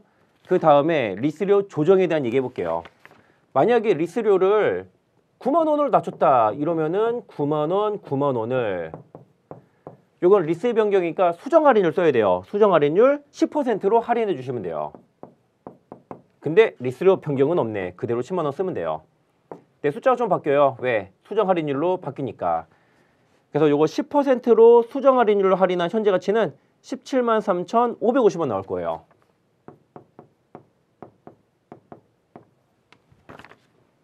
그러면은 요거까지 한번 수정을 해볼게요. 173,550원.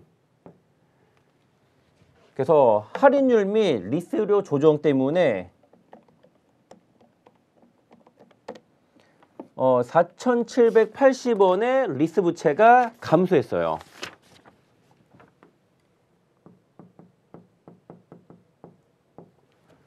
요거를 분개로 보여드리자면은 부채 4,780원.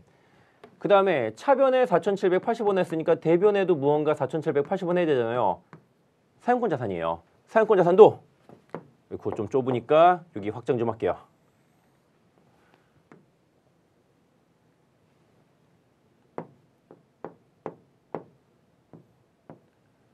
똑같이 4,780원을 까주시면 되는 거예요. 그럼 새로운 사용권 자산 장부 가치는 165,605 빼기 4780 해서 16825.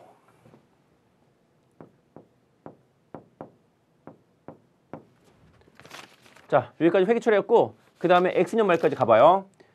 요 부채는 1년 동안 얼마 증가해요? 10% 증가잖아요. 요거는 8%였고 요건 리스 변경 때문에 수정 할인율 10% 되었어요. 그래서 이자 비용이 17,355. 그 다음에 10만 원 빠지는 거는 생략. 그 다음에 사용권 자산은 요 감가상각하면 되겠네. 얼마?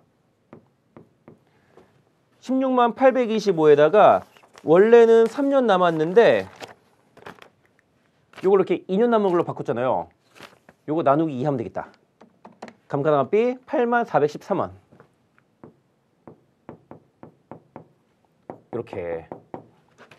네, 이렇게 대략적인 분석이 끝났고 문제에서 물어본 게 2000X2년 당기손익 역량이잖아요. 자, 뭐 있나요? 첫째, 여기 기간 단축하면서 당기손익 역량 미친 게 3,426 감소가 있고요. 또 유효절법에 의한 이자 비용 17,355 당기손익의 마이너스, 또 감가상각비 84,113원 감소까지 있거든요. 다 더하니까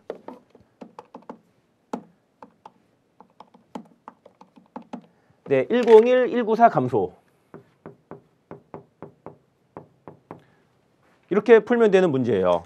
그래서 정답은 네, 4번이었어요. 이거 풀면 돼야 안 돼요? 풀면은 안 되는 문제였어요. 아무리 시간 실력이 뛰어난 사람이라 할지라도 요거는 2분 안에 푸는 거는 많이 힘들 것 같아요. 그래서 요거는 안 푸는 게 정답이었다. 평균적인 수험생이라면은 한 3, 4분 정도는 좋게 걸렸을 법한 문제였어요. 그리고 난이도도 되게 어려웠고. 그 다음에 마지막으로 문제 4번을 볼게요. 주 세무는 X년도 장부 마감 전에 다음 같은 중요한 오류를 발견하였다. 주 세무의 X년도 오류 수정 전 당기순이익이 50만 원일 때 오류 수정 후 당기순이익은 물어봤네. 먼저 첫 번째 오류. 일단은 이번 문제는 X2년이에요. X2년.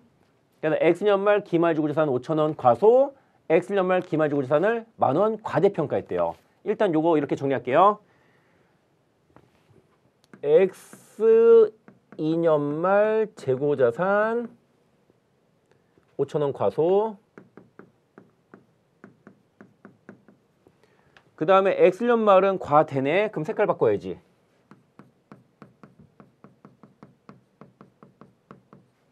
X년 말 재고자산 10,000원 과대. 요 색깔 보고 수정분기 끊으면 되잖아요. 기말 재고자산 5,000원 과소니까 재고자산 5,000원 잡아주시고, 그 다음에 이익여금 10,000원은 아이고 색깔이 다르니까 같은 쪽에 넣어야지. 그 다음에 10,000원은 당기손익 영역인데 재고자산 관련 당기손익은 매출원가잖아요. 여기다가 매출원가 이렇게. 그 다음에 두 번째 오류. X2년 미지급 이자를 3,000원 과소. 그래서 X2년 말 미지급 이자 3,000원 과소. 그 다음에 X년 말은 7,000원 과소.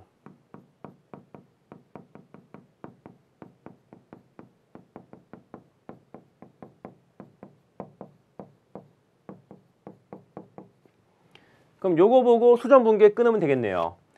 먼저 기말 미지급 이자가 3,000원 과소니까 미지급 이자 기말에 3,000원 잡아주시고,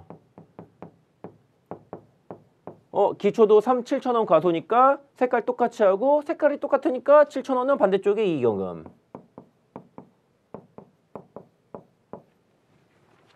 그 다음에 4,000원은요. 이거는 미지급 이자랑 관련된 당기손익이잖아요. 이자 비용 해주시면 되겠네.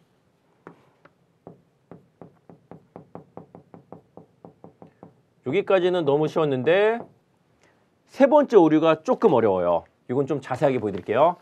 다행히도 조금 어려운 오류인데 전기 이전에 오류가 시작한 게 아니라 올해 처음으로 오류가 시작되었거든요. 요거 한번 천천히 보여드릴게요. X년 초에 투자 주식 30%에 대해서 지분법으로 회계 처리했는데 원가법으로 잘못 회계 처리했고요. X년 중 6,000원의 배당금을 현금으로 수령했으며 당기순이익이 40만 원이래요. 그러면 회사가 잘못된 회계 처리와 올바른 회계 처리가 어떻게 다른가 보여드릴게요. 처음에 취득까지는 제대로 했어요. 자, 얼마인지 모르니까 현금 얼마, 관계기업 주식 얼마. 자, 올바른 회계 처리 먼저 보여드릴게요.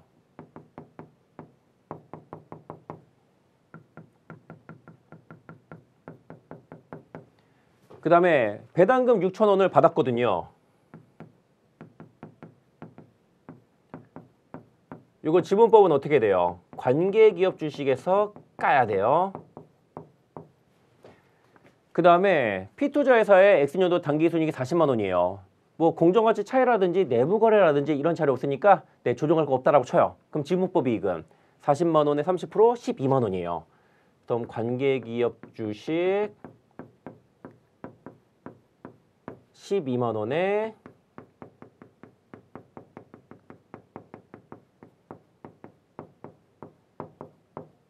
지분법 이익 12만 원 이렇게 해야 되는 거예요. 근데 회사는 원가법으로 회계 처리했대요. 자, 원가법이니까 어떻게 했다는 거예요? 현금 6천 원 받으면서 배당 수익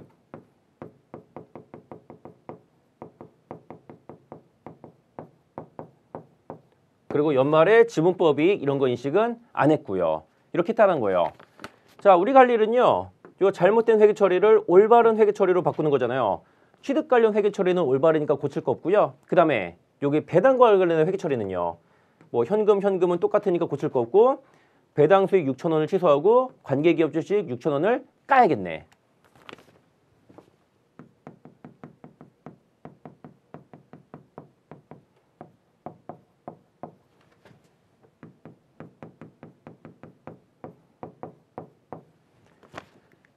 네, 여기까지는 조정 완료했고 지분법 이익 12만 원 인식해야 되는데 안 했잖아요. 요거 지금이라도 인식을 해야겠네요. 관계기업 주식 12만 원에 지분법 이익 12만 원.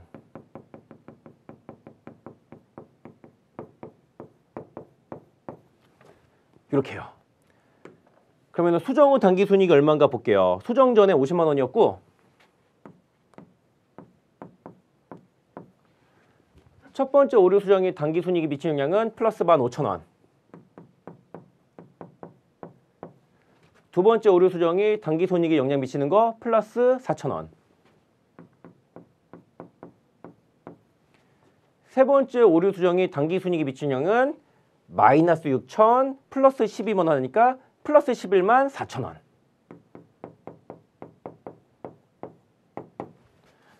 네, 이렇게 하니까 50만 원 더하기 15,000원 더하기 4,000원 더하기 11만 4,000원에 가서 633000.